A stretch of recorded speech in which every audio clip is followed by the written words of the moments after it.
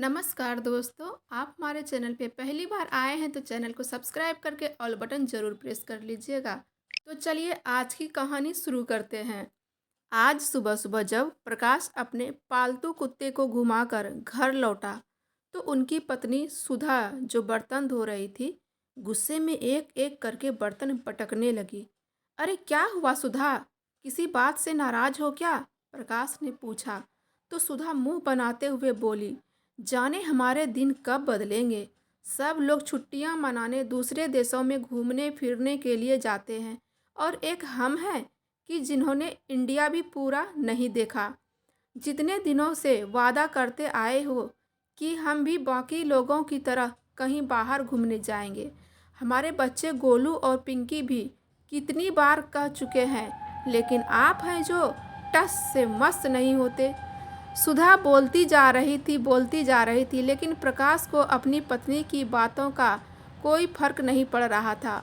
उसे नज़रअंदाज करते हुए चुपचाप अखबार पढ़ने बैठ गए। फिर सुधा बोली, कल ही मेरी सहेली का फ़ोन आया था। फ्रांस घूमने गए हैं वो लोग। ये देखो, एफिल टावर की ऊंचाई से फ़ोटो खींचकर भेजी है मुझे। क्या नज़ारा दिखता है ऊपर से। सोचो, अगर फ़ोटो में इतना खूबसूरत नज़ारा है तो सामने से देखने में कितना मज़ा आता होगा। सुधा ने अपने मोबाइल में फ़ोटो दिखाते हुए अपने पति प्रकाश से कहा। तो प्रकाश बोला, अरे सुधा, इन हाई सोसाइटी के लोगों का क्या ही कहना। उनकी जो इच्छा होती है उस पर लाखों खर्च देते हैं। उनसे हमारा क्या मुकाबला। ऐसी सहेलियों से तो तुम दूरी बनाए रखो तो ही बेहतर है, जो अपनी फ़ोटो दिखा दिखा कर दूसरों के घरों में आग लगाती फिरे। प्रकाश ने कहा तो सुधा अपनी बड़ी बड़ी आंखें दिखाते हुए बोली, अरे मैं कहाँ पेरिस जाने को कह रही हूँ। कम से कम इंडिया तो घूम ही सकते हैं ना हम लोग। लेकिन तुम्हें मेरे कहने का फ़र्क कहाँ पड़ता है। मैं जो मर्जी बोलती हूँ। आपको इतनी इत्मीनान से अपनी अखबार पढ़ रहे हो, मतलब है इस मुई अखबार से फुर्सत मिले तो ही कुछ सोचोगे ना। सुधा ने गुस्से में कहा तो प्रकाश बोला, अरे तुम मेरी अखबार के साथ सौतन का व्यवहार क्यों करती हो। बच्चों के गर्मियों की छुट्टियां आ जाने दो, सोचेंगे इस बारे में भी। ऐसा कहकर प्रकाश ने बात को टाल दिया। कुछ दिन शांति से बीते, फिर कुछ ऐसा हुआ जिसकी किसी ने कल्पना भी नहीं की थी। एक दिन प्रकाश जब ऑफिस से घर लौटा तो उनके चेहरे की हवाइयाँ उड़ी हुई थी। निराशा और उदासी उनके चेहरे से साफ झलक रही थी। उसे देखकर सुधा परेशान हो गई और बोली, अरे क्या हुआ, आप ठीक तो है ना। ऑफिस में कुछ हुआ है क्या? अरे बताते क्यों नहीं, मेरी जान निकली जा रही है।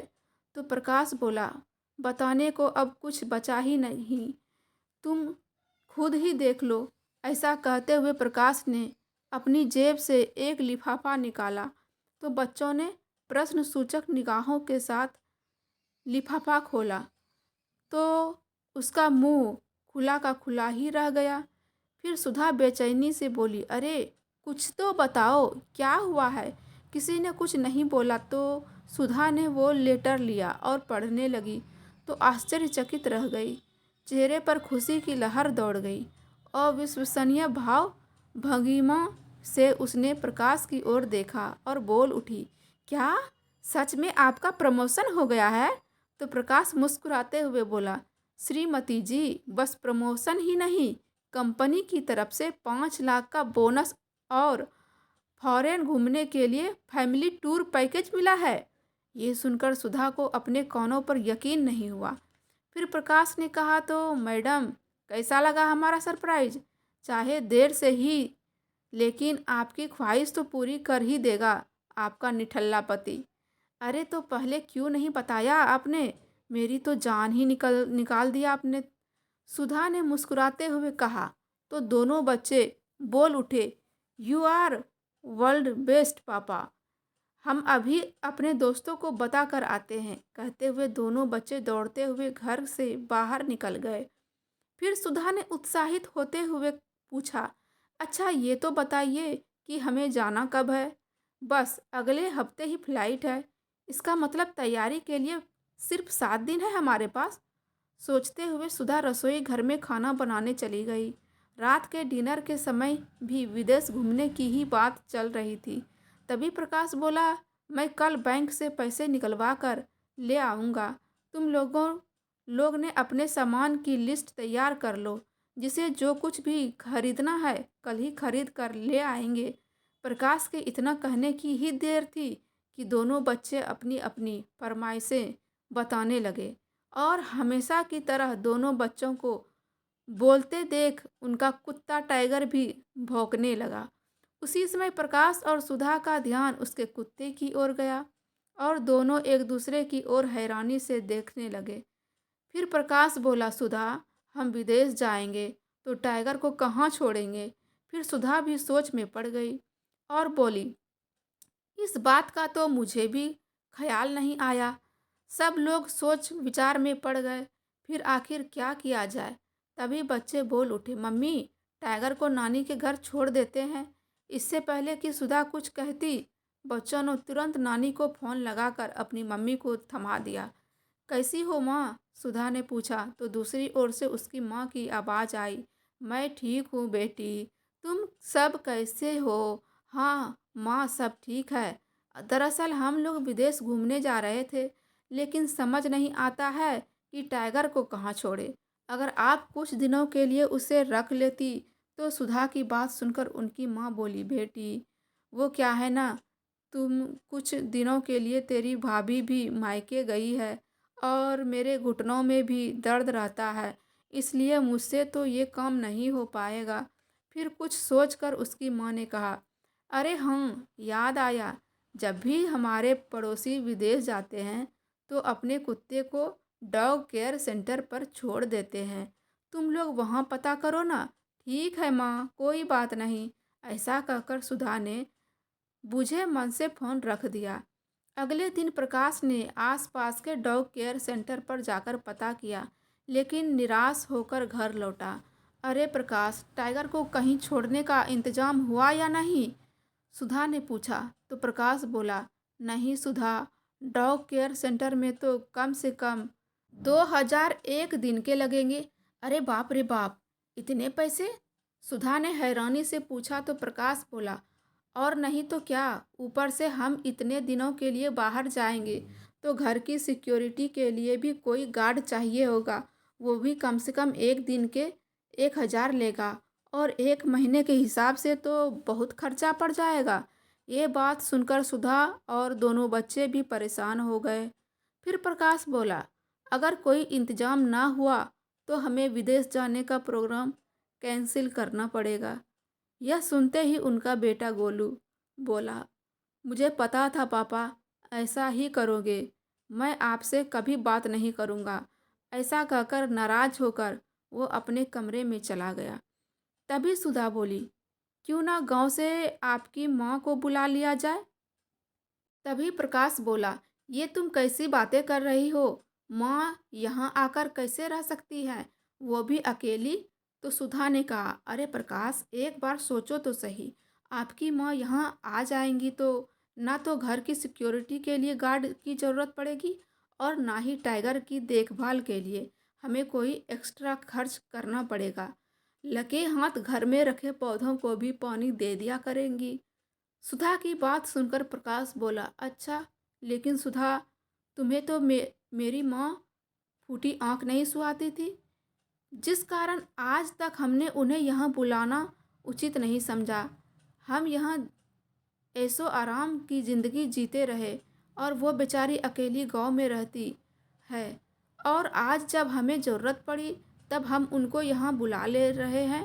अच्छी बात नहीं है ये सुधा। तो सुधा बोली, वो सब मैं नहीं जानती। वैसे भी हम थोड़ी ना उन्हें बताने वाले हैं कि हम उन्हें अपने घर और टाइगर की रखवाली के लिए बुला रहे हैं। तुम बस अपनी अम्मा को फ़ोन लगाओ, मैं सब संभाल लूँगी। कहते हुए सुधा ने प्रकाश के हाथ में फ़ोन थमा दिया। हेलो, प्रणाम माँ, कैसी हो? बहुत अच्छी हूँ बेटा, अभी बैठे बैठे बस तुम सबको ही याद कर रही थी, जानकी देवी ने कहा। तो प्रकाश बोला, अच्छा माँ, इतनी याद आ रही थी तो कुछ दिनों के लिए यहाँ चली आती तो जानकी जी बोली, अरे नहीं नहीं बेटा, तुम ही सुधा और बच्चों को लेकर किसी दिन मुझसे मिलने आ जाओ, मेरा आना तो संभव नहीं है। तभी प्रकाश के हाथ से फ़ोन लेते हुए सुधा बोली, अरे माँ जी, सारा प्यार आप उन गांव वालों पर ही लुटा देंगी क्या? तो हमारे लिए क्या बचेगा? आपके पोता पोती को भी तो आपके प्यार की ज़रूरत है। अरे बहू, मैं तो हमेशा तुम लोगों को मन ही मन आशीर्वाद देती रहती हूँ। जानकी जी ने कहा तो सुधा बोली, ऐसे दूर से आशीर्वाद देने से क्या होगा अम्मा जी? आपके बच्चों को आपसे प्यार और साथ की ज़रूरत है। कल आपके पोता पोती भी आपको बहुत याद कर रहे थे। गोलू तो आपको याद करते हुए रोने ही लगा था। अब बच्चे जिद पकड़ कर बैठे हैं कि उन्हें अपनी छुट्टियां दादी के साथ ही बितानी है। इसलिए मैं तो कहती हूँ आज ही अपने कपड़े पैक कीजिए और ट्रेन पकड़कर यहाँ चली आइए। इतने सालों बाद बहू ने इतने हक से बात की और इतने प्यार से अपने घर बुलाया। यह देखकर तो जानकी जी मन ही मन फूली नहीं समा रही थी। वे खुद को रोक न पाई और बड़ी खुशी से बेटा बहू के घर जाने की तैयारी करने लगी। करीब 2 वर्ष पहले जानकी जी के पति का देहांत हुआ था। जब वे जीवित थे तो पूरे गांव में उनका बहुत नाम सम्मान हुआ करता था। यूं तो सरल स्वभाव की जानकी जी पति के जाने के बाद जानकी जी गांव में अपने घर में अकेली रहती थी, लेकिन गांव के सभी लोग उनका पूरा ख्याल रखते थे। यहाँ तक कि गांव के बच्चे भी उन्हें अकेला नहीं छोड़ते थे। अक्सर उनके पास आकर सब बच्चे कहानी सुना करते थे। गांव में किसी को भी कोई भी दुख तकलीफ होती तो जानकी जी हमेशा उनकी मदद करने को तैयार रहती थी और इसी कारण गांव के हर व्यक्ति के दिल में उनके लिए प्यार और सम्मान था। उनके पति की पेंशन आती थी जो महीने भर का खर्चा निकालने के लिए काफ़ी होती थी। बेटी बहू के घर ले जाने के लिए जानकी जी ने बड़ी खुशी से बेसन के लड्डू, खोया, बर्फी और कुछ नमकीन स्नैक्स बना लिया। अपनी मदद के लिए उन्होंने पड़ोसन को भी बुला लिया था। अगले दिन अपने घर की जिम्मेदारी गांव के लोगों को सौंप कर जानकी जी ट्रेन में बैठ गई और लगभग 2 घंटे के सफ़र के बाद बेटे के शहर पहुंच गई। स्टेशन पर पहुंची तो देखा उनका बेटा बहू और पोता पोती बेसब्री से उनका इंतजार कर रहे थे। वे ट्रेन से उतरी तो बेटा बहू ने पाँव छूकर उनसे आशीर्वाद लिया तो दोनों बच्चों भी दौड़ते हुए आए और दादी दादी कहते हुए उनसे लिपट गए। अपने बच्चों का प्यार और अपनापन देखकर जानकी जी तो बस उन्हें आशीर्वाद ही देती जा रही थी। सब लोग गाड़ी से घर पहुंचे और घर का दरवाज़ा खोला तो अपने सामने किसी अनजान व्यक्ति को देखकर टाइगर उन पर भौंकने लगा, लेकिन जानकी जी ने उसे बड़े प्यार से सहलाया तो वो बिल्कुल शांत हो गया। यह देखकर सुधा तो ऐसे खुश हो गई जैसे उसे कोई खजाना मिल गया हो। आखिर उनके जाने के बाद टाइगर को जानकी जी को ही तो संभालना था। गांव में सरल और सादगीपूर्ण जीवन जीने वाली उनकी जानकी जी बेटा बहू के घर तरह तरह की सुख सुविधा देखकर हैरान थी। उनकी बहू सुधा उनकी खूब तारीफ कर रही थी। प्रकाश उनका हर तरीके से ख्याल रख रहा था। तो वहीं दोनों बच्चों ने भी अपनी दादी का खूब मन लगाकर रखा। 3-4 दिन ऐसे ही चला गया।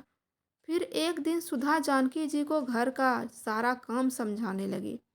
टाइगर को खाने में क्या पसंद है, उसका खाना कहाँ रखा है, घर का राशन का सामान कहाँ है और बहुत कुछ। फिर बोली, और हाँ माँ जी, सुबह शाम टाइगर को पार्क में सैर करवाने भी ले जाना।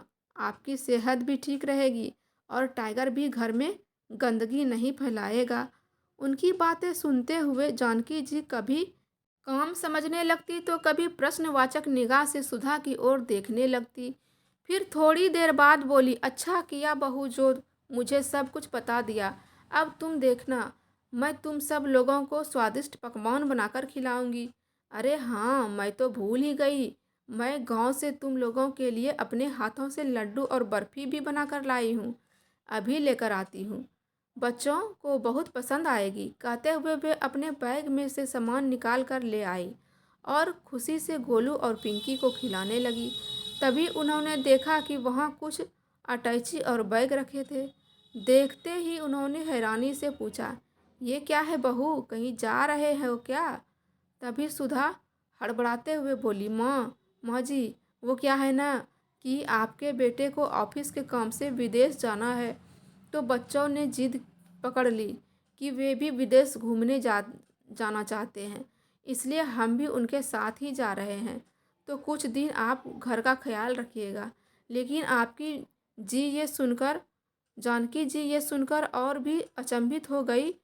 तो प्रकाश बोला, वो क्या है ना माँ, अचानक ही प्रोग्राम बन गया है, हमें कल सुबह निकलना है, तो आप सब कुछ संभाल लेना, हम 10-12 दिनों में ही वापस आ जाएंगे। ऐसा कहकर सब लोग अपनी अपने तैयारी में लग गए और अगली सुबह जानकी जी को टाइगर के साथ छोड़कर वे सब लोग एयरपोर्ट के लिए निकल गए। यह देखकर जानकी जी को अच्छा तो नहीं लगा, लेकिन कुछ ही दिनों की बात है, यह सोचकर उन्होंने अपने मन को समझा लिया। सुबह नहा धोकर उन्होंने टाइगर को भी बड़े प्यार से नहलाया। सुधा के बताए अनुसार उन्होंने टाइगर का खाना उसके बर्तन में डाल दिया और फिर अपनी खाने की थाली भी वहीं लेकर बैठ गई। लेकिन टाइगर खाना खाने को तैयार ही नहीं था। शायद सभी लोगों के चले जाने के कारण उदास हो गया था। तो जानकी जी ने उसे प्यार से सहलाया और अपनी थाली में से एक रोटी का टुकड़ा उनके मुंह में डाला। तो टाइगर भी अपनी उदासी भूलकर खुशी से उनके साथ रहना खाना खाने लगा। अब तो हर बार जानकी जी उसे अपनी थाली से ही खाना खिला देती और वो बड़े शौक से उनके साथ बैठकर खाना खाता। जानकी जी का किसी से बात करने का दिल करता तो टाइगर से ही हंस बोल लेती। धीरे धीरे उन दोनों की असली दोस्ती हो गई, बहुत अच्छी दोस्ती हो गई। वे हर रोज़ सुबह शाम टाइगर को पार्क घुमाने ले जाती, तो वहीं आस पड़ोस वालों से भी उनकी जान पहचान होने लगी। बच्चों के साथ हंसना बोलना उन्हें बहुत पसंद था। पड़ोस के सभी बच्चे उन्हें दादी दादी का करके पुकारते रहते, तो उन्हें भी अच्छा लगता। अक्सर बच्चे उनके घर पर आते जाते, तो कभी लूडो कैरम खेलते, तो कभी दादी से कहानी सुनने लगते। कभी जानकी जी काम में व्यस्त होती तो बच्चे टाइगर के साथ खेलने लगते। जानकी जी जो मिठाई अपने पोता पोती के लिए लेकर आई थी, वही उन बच्चों को देती, तो सभी बड़े चाव से खाते। एक रात जब वो बिस्तर पर सोने गई तो उन्हें किसी बच्चे के रोने की आवाज़ सुनाई दी। काफ़ी देर हो गई थी, लेकिन वो बच्चा रोता ही जा रहा था। वो बाहर निकली तो देखा कि बच्चे के मम्मी पापा घर के आंगन में उसे लेकर घूम रहे थे और बहलाकर चुप कराने की कोशिश कर रहे थे, लेकिन बच्चा किसी भी प्रकार से शांत नहीं हो रहा था। वे दोनों बहुत परेशान हो गए। देखिए ना अम्मा जी, न जाने क्या हुआ है, बस रोता ही जा रहा है। बच्चे की माँ ने जानकी जी से कहा, तो जानकी जी उसे तुरंत अंदर लेकर आई और उनकी नाभि और पेट पर हींग लगाने लगी। थोड़ी ही देर में बच्चा बिल्कुल चुप हो गया और जानकी जी उनके साथ उनकी भाषा में बोलने लगी, तो वो खिलखिलाने लगा। बच्चे के मम्मी पापा यह देखकर हैरान रह गए। अरे अम्मा जी, आप तो कमाल की जादूगर हैं। आपके हाथ में आते ही बच्चा हंसने लगा। कहते हुए वे दोनों तो जानकी जी का धन्यवाद करते थक नहीं रहे थे। अरे बहू, छोटे बच्चों को कभी कभी गैस बन जाती है, जिस कारण वो रोने लगते हैं और हम परेशान हो जाते हैं कि जाने क्या हो गया बच्चे को। अब तुम जाकर आराम से सो जाओ, यह परेशान नहीं करेगा। कहते हुए जानकी जी भी अंदर आ गई। सोचने लगी कि बेटा बहू को गए बहुत दिन बीत चुके हैं, लेकिन अभी तक ना तो वो लोग आए हैं, ना ही उन्होंने फ़ोन करके कुछ बताया, ये पूछने के लिए कि वो लोग कैसे हैं और कब आने वाले हैं। जानकी जी ने अपने बेटे प्रकाश को फ़ोन किया, लेकिन फ़ोन लग ही नहीं रहा था। न जाने बच्चे कब आएंगे, मुझे तो कुछ दिन का कह कर गए थे। सोचते हुए जानकी जी बिस्तर पर जाकर लेट गई। एक सुबह जब जानकी जी टाइगर को पार्क लेकर गई तो वहीं सुधा की सहेली मंजू भी पार्क में आई हुई थी। टाइगर के साथ किसी अनजान बूढ़ी औरत को देखकर वो हैरान हुई तो किसी पड़ोसन ने उसे बताया कि यह सुधा की सास है जो गांव से आई है। तो मंजू उनसे मिलने आ गई। प्रणाम आंटी जी, मैं सुधा की सहेली हूँ, यहीं पास में रहती हूँ, मंजू ने कहा। तो जानकी जी ने मुस्कुराते हुए उसे आशीर्वाद दिए। तो मंजू बोली, ये आपने बहुत अच्छा किया आंटी जी जो यहाँ आ गई, नहीं तो मेरी सहेली सुधा का विदेश घूमने का सपना तो सपना ही रह जाता। तो जानकी जी हैरानी से बोली, मैं कुछ समझी नहीं बेटी। फिर मंजू ने कहा, अच्छा वो सब छोड़िए आंटी जी, ये बताइए वे लोग वापस कहाँ यहाँ वापस कब आ रहे हैं, किस दिन आ रहे हैं? ये तो मुझे मालूम नहीं बेटी, मुझे तो उन्होंने बताया था कि 10 दिन के भीतर आ जाएंगे, लेकिन 2 सप्ताह होने को आए हैं। तो मंजू ने कहा, नहीं आंटी जी, मुझे तो सुधा ने यही बताया था कि वो कम से कम 1 महीने तो लग ही जाएगा। तो जानकी जी हैरानी से बोली, 1 महीना? लेकिन मुझे तो उन्होंने कहा था कि जल्दी आ जाएंगे। नहीं आंटी जी, आपको कोई गलतफहमी हुई है। अच्छा, मैं चलती हूँ। इतना कहकर मंजू तो वहाँ से चली गई, लेकिन जानकी जी सोच विचार में पड़ गई। टाइगर को लेकर वो घर वापस लौटने लगी। तभी देखा कि मोहल्ले में शोर शराबा हो रहा था। वे जल्दी से वहां गई और कारण पूछने पर पता चला कि उसी मोहल्ले में रहने वाले रामधीन के घर में चोरी हो गई है। अगले हफ्ते उनकी बेटी की शादी थी और सारे गहने चोर चुरा कर ले गए। यह सुनकर जानकी जी को बहुत दुख हुआ और परिवार के लोग बेचारे कितने परेशान होंगे। इसी सोच में डूबी जानकी जी टाइगर को लेकर अपने घर वापस आ गई। घर पहुंची तो तभी फोन की बेल बजी। जानकी जी ने फोन उठाया तो उनके बेटे प्रकाश की आवाज़ थी। प्रणाम माँ, सब कुछ ठीक तो है ना वहाँ? टाइगर ने ज़्यादा तंग तो नहीं किया? तो जानकी जी बोली, हाँ बेटा, वैसे तो सब कुछ ठीक है। हम दोनों एक दूसरे का खूब अच्छे से ध्यान रखते हैं। टाइगर तो दिन भर पूरे घर में उछलता कूदता रहता है, लेकिन तुमने बहुत दिन लगा दिए बेटे वापस आने में। तो प्रकाश ने कहा, हाँ माँ, वापस ऑफिस का काम कुछ ज़्यादा ही था, इसलिए कुछ दिन और लग जाएंगे। आप वहाँ संभाल लेना। कहते हुए प्रकाश ने फ़ोन रख दिया। तो पीछे से सुधा ने कहा, क्या कहा तुम्हारी माँ ने? सब ठीक तो है ना? हाँ सुधा, सब ठीक है। तुम्हारा घर भी सही सलामत है और टाइगर भी। तो सुधा खुशी से बोली, देखा, माँ जी को गांव से बुलाने का मेरा आइडिया कम से काम कर गया ना। और एक पंथ दो कार्य हो गए। टाइगर को भी केयर टेकर मिल गया और हमारे मकान की रखवाली भी हो गई। अब हम निश्चिंत होकर कुछ दिन और यहाँ आराम से घूम सकते हैं। हाँ सुधा, आइडिया तो तुमने बिल्कुल सही दिया था, नहीं तो घर की सिक्योरिटी का खर्चा और टाइगर को डॉग केयर सेंटर में रखने का खर्चा कुल मिलाकर 1 लाख हो जाता। प्रकाश के ने कहा। फिर सुधा बोली, अब मेरी एक बात और मान लो, अपनी माँ से कहो कि बाबूजी की बीमा की रकम हमारे हाथ में रख दे। वैसे भी उन्हें उन पैसों का करना ही क्या है, हर महीने बाबूजी की पेंशन आती है, तो इससे ज़्यादा पैसे वो क्या करेगी? अरे सुधा, तुमने तो मेरी मुंह की बात छीन ली।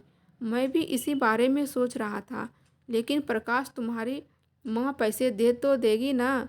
सुधा ने पूछा। तो प्रकाश बोला, अरे देंगी क्यों नहीं, मैं कह दूंगा कि मुझे ज़रूरत है। और फिर मेरे प्रमोशन की बात हमने उन्हें बताई ही कहाँ। उन्हें तो बस इतना ही पता है कि हम ऑफिस के काम से विदेश आए हैं, घूमने फिरने नहीं। यहाँ प्रकाश को लग रहा था कि उसने फ़ोन कट कर दिया है, जबकि फ़ोन अब भी चल रहा था और प्रकाश और सुधा की सारी बातें जानकी जी सुन रही थी। बेटे और बहू के विचार जानकर उनके पैरों तले जमीन ही खिसक गई। वे यकीन नहीं कर पा रही थी कि उनकी अपनी औलाद ही इतना नीचे गिर सकती है, केवल अपने स्वार्थ के लिए। फिर खुद से ही बोल उठी, इस कलयुग में लालच और स्वार्थ माँ की ममता और प्रेम पर भारी पड़ने लगा है, लेकिन मेरा प्रकाश तो कभी ऐसा नहीं था। सोचते सोचते उनकी आंखों से आंसू बहने लगे।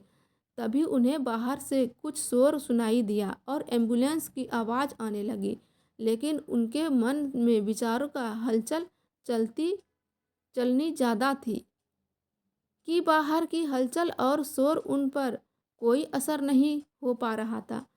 काफ़ी देर वह यूं ही गुमसुम सी बैठी रही, आंसू बहाती रही। न भूख लगी न प्यास। प्रकाश के बचपन से लेकर आज तक की सारी यादें उनके दिमाग में घूमती जा रही थी। फिर अचानक उनका ध्यान टाइगर की ओर गया तो भूख के कारण पूंछ हिलाता हुआ उनके इर्द गिर्द घूम रहा था।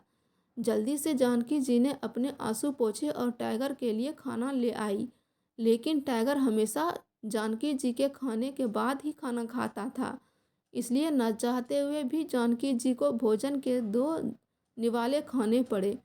शाम के समय जब जानकी जी बाहर निकली तो पता चला कि रामधीन जिनके घर में चोरी हुई थी उनके आत्महत्या करने की कोशिश की थी।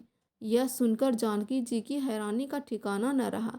अगले दिन जब रामधीन अस्पताल से घर वापस लौटा तो जानकी जी उनसे मिलने गई और समझाने लगी, देखो भाई, जीवन में उतार चढ़ाव तो आते रहते हैं, लेकिन इसका मतलब ये नहीं है कि इंसान अपनी ज़िंदगी ख़त्म करने के बारे में सोचे। तो रामधीन बोला, नहीं बहन जी, आप नहीं जानती कि मैं कितने दुखों से गुजर रहा हूँ। दिन भर मेहनत मजदूरी करके 4 पैसे घर में लेकर आता हूँ तो खर्चा भी पूरा नहीं हो पाता। बड़ी मुश्किल से बिटिया की शादी के लिए कुछ पैसे इकट्ठे करके गहने बनवाए थे, लेकिन भगवान से ये खुशी भी नहीं देखी गई। हमारी अब कैसे होगी बेटी की शादी, क्या करूं समझ नहीं आता। कहते हुए रामधीन फूट फूट कर रो पड़ा। रामधीन की हालत देखकर जानकी जी द्रवित हो उठी। आप चिंता मत करो, भगवान पर विश्वास रखो, सब ठीक हो जाएगा, जानकी जी ने कहा। एक बेटी के पिता की लाचारी देखकर जानकी जी से रहा न गया और अगले ही दिन अपने गांव फोन किया और पड़ोसियों से 1 लाख भेजने को कहा और ये भी कहा कि गांव आने के बाद वो लौटा देगी। अब जानकी जी की बात गांव में फैला भला कौन टाल सकता है। अगले दिन ही पैसे उनके पास पहुंच गया। पैसे की लेकर जानकी जी रामधीन के पास घर गई और सारे पैसे उनके हाथ में थमा दिए। यह देखकर रामधीन बोला, अरे ये क्या है, खोल कर देखा तो पैसे देखकर वो चौंक गया और बोला, इतने सारे पैसे। तो जानकी जी ने कहा, हाँ, अब तो तुम्हारी बेटी की शादी हो रही है ना। फिर रामधीन बोला, अरे नहीं नहीं नहीं, ये पैसे मैं नहीं ले सकता। अरे ये सिर्फ आपकी ही बेटी नहीं है, ये हमारी भी बेटी है। आप मना करेंगे तो मुझे अच्छा नहीं लगेगा। मुझे अपनी बड़ी बहन समझकर ही रख लीजिएगा।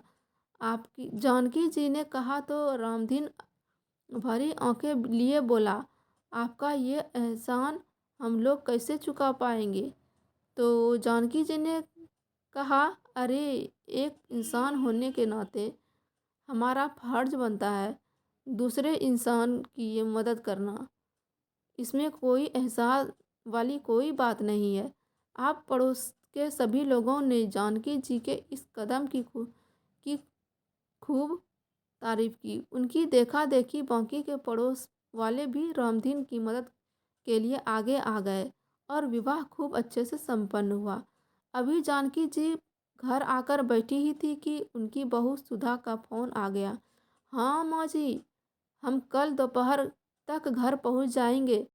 आप खाना बनाकर रखिएगा और हाँ, घर की पूरी अच्छे से साफ सफाई करके रखना। मुझे घर बिल्कुल वैसा ही चाहिए जैसा मैं छोड़कर आई थी। ठीक है बहू, जानकी जी ने कहा और फ़ोन रख दिया।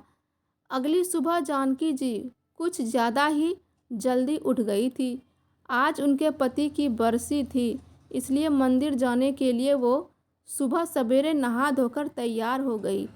भगवान को भोग लगाने के लिए रसोई घर में जाकर हलवा पूड़ी बनाने लगी और कुछ खाना उन्होंने गरीबों को बांटने के लिए भी बनाया। टाइगर को घर में ही छोड़कर वो मंदिर चली गई। मंदिर जाकर भगवान को माथा टेक कर भोग लगाया और पति की आत्मा की शांति के लिए प्रार्थना की। मंदिर के बाहर आई तो सभी गरीबों लोगों को भोजन बांटने लगी। तभी उनकी नज़र वहीं बैठी एक वृद्ध महिला पर पड़ी।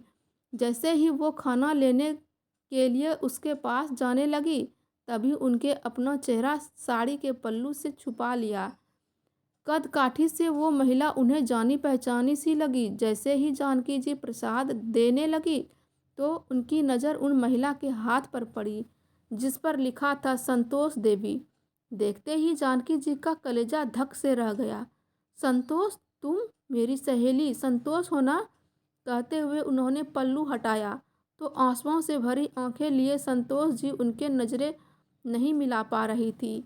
यह सब कैसे हो गया संतोष?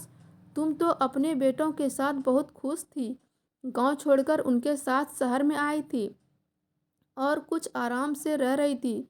तो संतोष जी रोते हुए बोली, क्या बताऊं जानकी, दोनों बेटों की बड़े शहर में अच्छी नौकरी लग गई थी तो वो स्वयं को धन्य समझने लगे थे। फिर दोनों बेटे और बहू भी अपने साथ यहीं लेकर आ गए। हम लोग भी उनके साथ सुख पूर्वक जीवन बिता रहे थे। 3 महीने बड़े बेटे घर रहते थे और 3 महीने छोटे बेटे के घर। कुछ ही महीने पहले पति का देहांत हो गया तो बेटों ने गांव वाला मकान बेचने की जिद पकड़ ली।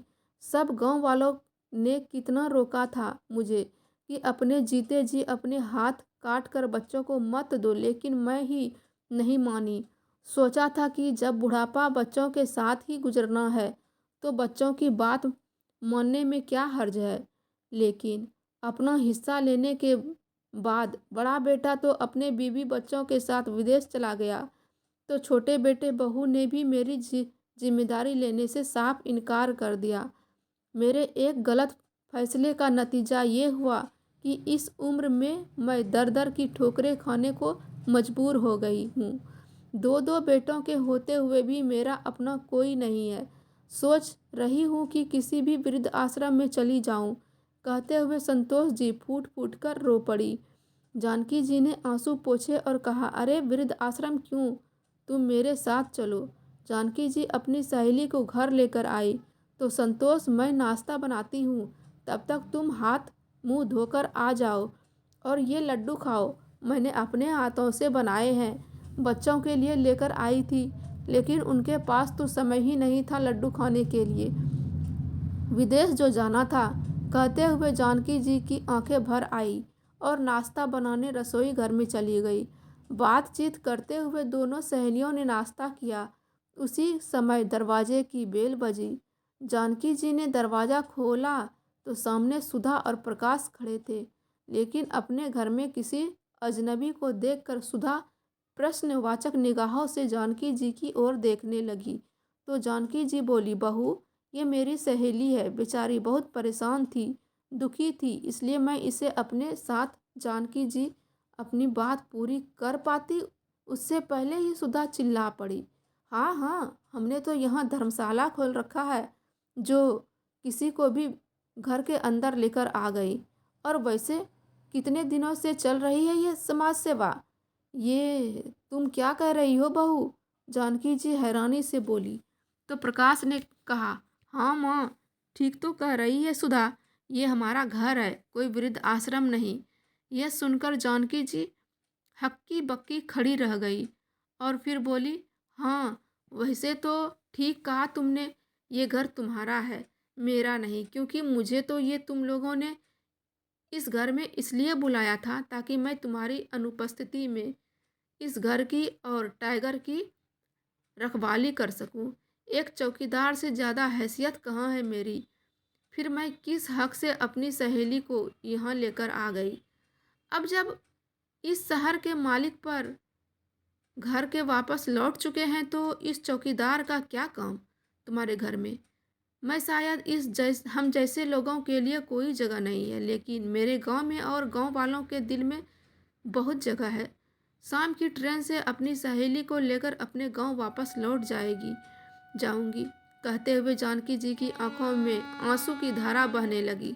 तो गोलू और पिंकी दादी को आकर लिपट गए और रोते हुए बोले, नहीं नहीं दादी, आप हमें छोड़कर नहीं जाएंगे। बच्चों की मासूमियत भरी बातें सुनकर जानकी जी दोनों बच्चों को चूमती हुई बोली, अरे बेटा, मैंने तुम लोगों से मिल लिया इतना ही बहुत है मेरे लिए। मेरा प्यार और आशीर्वाद हमेशा तुम्हारे साथ रहेगा। बस मेरी एक बात हमेशा याद रखना, जिंदगी के हर मोड़ पर माँ बाप ही होते हैं जो बिल्कुल निस्वार्थ भाव से अपने बच्चों का भला चाहते हैं। हम मुसीबत में अपने बच्चों का साथ देते हैं, बदले में वो अपनी औलाद से किसी चीज़ की उम्मीद नहीं करते।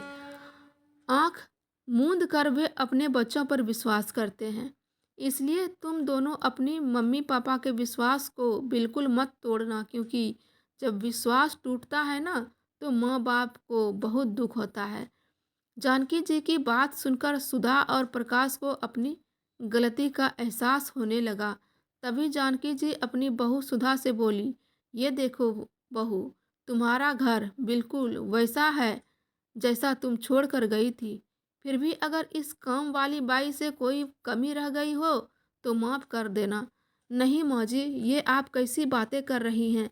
सुधा ने कहा तो जानकी जी बोली, मुझे सब मालूम पड़ गया है बहू कि अचानक मेरे लिए तुम्हारे मन में प्यार कैसे उमड़ आया था, जो मुझे यहाँ बुला लिया था। वो प्रकाश बोला, माँ, हमने बहुत सोचा लेकिन कुछ समझ में नहीं आ रहा था। तो जानकी जी बोली, दुख तो मुझे यह सोचकर हो रहा है कि आज तक तुम अपनी माँ के प्यार को समझ ही नहीं पाए। और बहू, तुम तो एक माँ हो ना, फिर भी तुमने माँ की ममता के साथ ऐसा खिलवाड़ किया। अगर मुझे साफ साफ कह देते तो क्या मैं तुम्हारी मदद के लिए ना आती? अरे, मेरी तो जान हाजिर है तुम लोगों के लिए, फिर क्यों खिलवाड़ किया मेरी भावनाओं के साथ? और हाँ बेटा, तुम्हारे बाबूजी के बीमे के जिन पैसों पर तुम्हारी नज़र है, उन पैसों को हासिल करने के लिए कोई नया नाटक मत करना। जब मांगोगे मैं दे दूंगी। जानकी जी की यह बात सुनकर प्रकाश और सुधा शर्मिंदगी के कारण स्वयं को जमीन में गड़ने जैसी स्थिति में पा रहे थे। बिना देरी किए जानकी जी ने अपना बैग उठाया और अपनी सहेली के साथ घर से बाहर निकली तो प्रकाश और सुधा की आंखों से आंसू बह निकले। उसी समय साथ वाले घर में रहने वाली उनकी पड़ोसन भी आ गई और बोली, अरे माँ जी, आप जा रही हैं? आपके रहते हमें किसी चीज़ की कोई परेशानी नहीं थी। मेरे सास ससुर नहीं है तो मुझे तो आप में ही ममता की मूरत दिखाई देती है। अब आप भी चली जाएंगी? सामने से आते हुए रामधीन ने उन्हें देखा तो वो भी उनके पास चला गया और बोला, आपने हम जो उपकार किया है वह हम जिंदगी भर नहीं भूलेंगे। कहते हुए वो जानकी जी के चरण छूने लगा। तो जानकी जी मुस्कुराते हुए बोली, अरे नहीं, मैंने कोई उपकार नहीं किया। मैं तो समझती हूँ आपने अपनी सेवा का मौका देकर मुझ पर उपकार किया। उसी समय गोलू और पिंकी के साथ मोहल्ले के सारे बच्चे भी इकट्ठे हो गए और सभी एक स्वर में बोले, दादी मत जाइए ना। सब लोगों का इतना प्यार देखकर जानकी जी की आंखें आंसुओं से भर आई। तभी सुधा और प्रकाश उनके सामने भरी आंखें लिए हाथ जोड़कर खड़े हो गए। प्रकाश बोला, माँ जी, हमें माफ़ कर दीजिए। मैं जानता हूँ हमने गलती ही ऐसी की है जिसकी कोई माफ़ी नहीं है, लेकिन आप तो माँ है ना, जो अपनी औलाद की हर छोटी बड़ी गलतियों को माफ़ करती हैं। मैं अपनी गलती का पश्चाताप करना चाहता हूँ माँ, बस एक मौका दे दो अपनी सेवा करने का। तो सुधा बोली, माँ जी, हमें छोड़कर मत जाइए ना, आप दोनों यहीं रहिए। मैं वादा करती हूँ हम लोग आपको शिकायत का कोई मौका नहीं देंगे। तो जानकी जी ने कहा, मेरे बच्चों, तुम्हें अपनी गलती का एहसास हुआ, मेरे लिए इतना ही काफ़ी है। मुझे तुमसे कोई शिकायत नहीं है, लेकिन मुझे गांव तो जाना ही होगा। वहाँ मेरा अपना घर है, जहाँ रहकर मुझे सुकून मिलता है। हम दोनों बहनें वहाँ खुशी से अपना बाकी का जीवन बिता लेंगे। जानकी जी ने सभी बच्चों से सिर पर प्यार से हाथ फेरा और सब लोगों को खूब आशीर्वाद दिए। जैसे ही वो ऑटो में बैठने लगी, तभी उन्हें एहसास हुआ कि कोई पीछे से उन्हें रोक रहा है। मुड़कर देखा तो टाइगर ने उनका पल्लू पकड़ा था। उसे देखते ही जानकी जी की आंखें फिर से भर आई, लेकिन वो खुद को कमज़ोर पड़ने देना नहीं चाहती थी, इसलिए फिर स्वयं को संयमित करके उन्होंने अपना पल्लू छुड़ाया और संतोष जी के साथ ऑटो में बैठ गई। तभी टाइगर भी उनके पास ऑटो में आकर बैठ गया। सब लोग टाइगर का उनके प्रति प्यार देखकर हैरान थे। जानकी जी ने उन्हें लाख मनाने की कोशिश की, लेकिन वो तो उनसे दूर जाने को तैयार ही नहीं था। उनका ऐसा व्यवहार देखकर जानकी जी उसे सहलाते हुए बोली, इंसान भले समझे या ना समझे, लेकिन यह बेजान जानवर प्यार की भाषा बखूबी समझते हैं। अब टाइगर मेरे साथ ही रहेगा। कहते हुए जानकी जी ने ऑटो वाले को चलने का इशारा किया और गांव के लिए निकल गई। तो दोस्तों, यह थी आज की प्रेरणादायक स्टोरी। आपको कैसी लगी कमेंट में ज़रूर बताइएगा। हर हर महादेव।